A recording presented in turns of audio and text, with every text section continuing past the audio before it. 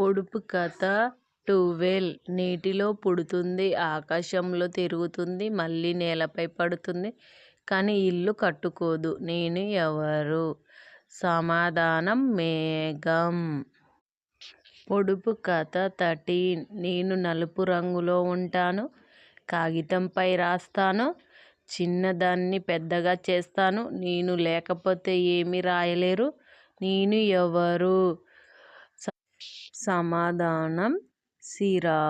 పొడుపు కథ 14 నన్ను రుద్దితే నిప్పు వస్తుంది. నేను చిన్నగా ఉంటాను. చుట్టూలు చాలా మంది. నేను కాలిపోతే వెలుగునిస్తాను. నేను ఎవరు? సమాధానం అగ్గిపుల్ల. పొడుపు కథ 15 కాళ్ళు లేవు కానీ పరిగెడుతుంది. నోరు లేదు కానీ శబ్దం చేస్తుంది. ఎప్పుడు ముందుకు వెళ్తుంది, వెనక్కి రాదు. నేను ఎవరు? సమాధానం నది. పొడుపు కథ 16 చెట్టుపై పుడుతుంది. పండు కాదు, ఆకులా ఉంటుంది. కానీ తినరు. నీళ్ళలో వేస్తే రంగు మారుతుంది. నేను ఎవరు?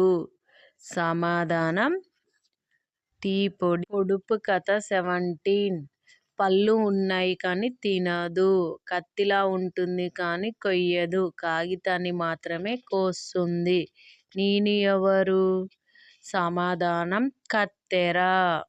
పొడుపు కథ 18 ఇల్లు ఉంది కానీ తలుపులు లేవు. అందులో చాలా మంది ఉంటారు కానీ ఎవరు మాట్లాడరు. తెరిస్తే కథలు చెబుతుంది.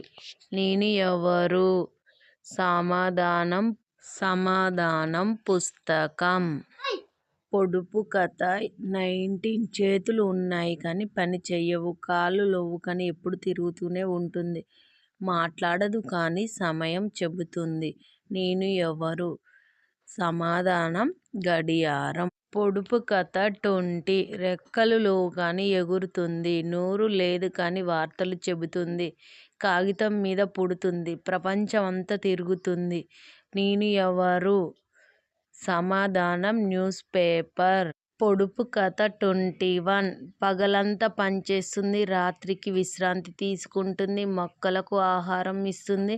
అగ్ని కాదు, బల్బు కాదు. నేను ఎవరు? సమాధానం చంద్రుడు.